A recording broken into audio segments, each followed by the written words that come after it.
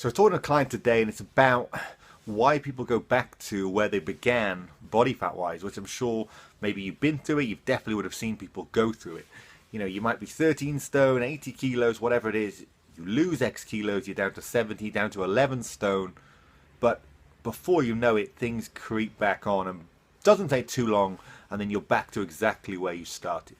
Well, it's an interesting phenomenon, and most people, and this is what I'm trying to get across when chatting with a client earlier today, is that it's not a physiological thing that's causing this, but it's a mental, psychology thing that's going on.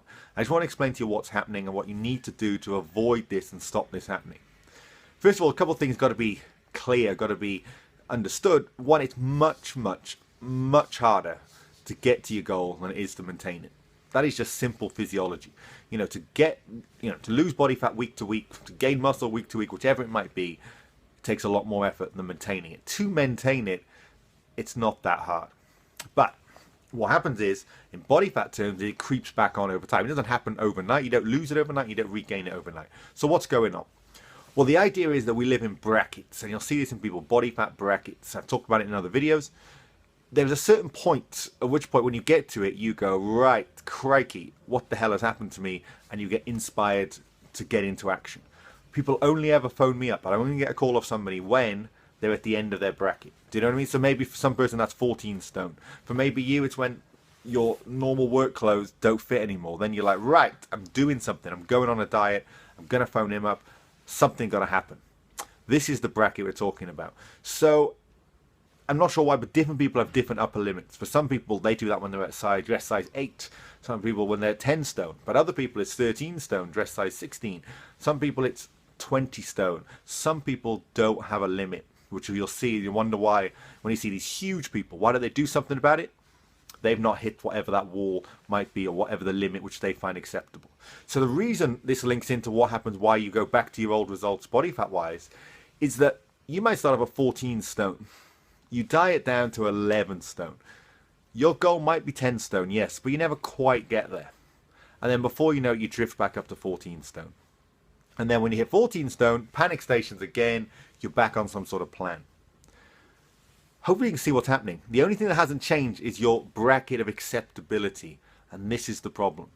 See, until you get to the edge of your bracket, the pain doesn't become great enough. Your motivation doesn't kick into action, so you don't have the inspiration to kick things into gear. And this is the problem. So it's not that physiologically it's any harder to maintain results at 11 stone than 14 stone. It's that behavior-wise, when you are beginning to slip, it doesn't kick into gear until you get back to that limit. Because why wouldn't you go back to 14 and a half, 15, 16, 17 stone? If you look at people, it doesn't happen. They always go back a little bit to where they were, maybe a tiny bit over, and this is what happens.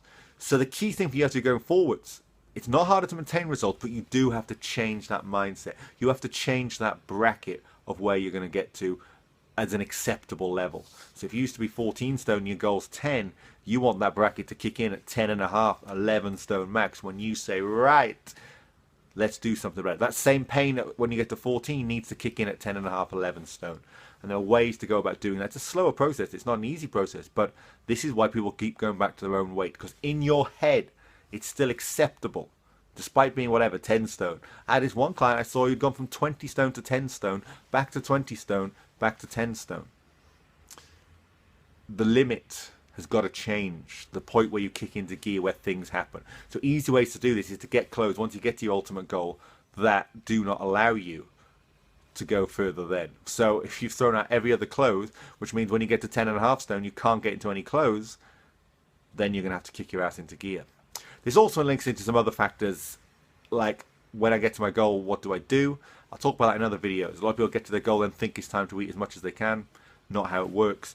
Other people, they think once they got to the goal, that's the end of dieting for life. It's not how it works. Always going to have to do a couple of weeks dieting every few months or whatever. Just the nature of the beast to keep you in check at where you are. But let me re-stress the point. It is significantly, massively easier to maintain results than get results. The problem we get is that brain, that comfortable level, that bracket.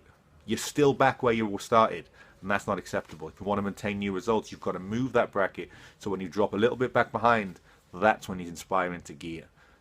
And if you do that, there'll be no trouble. You will maintain results for the rest of your life. Make sure you subscribe below, whatever. Get on my newsletter, on my website. Any questions, just email me, contact me directly, and I'll catch you soon.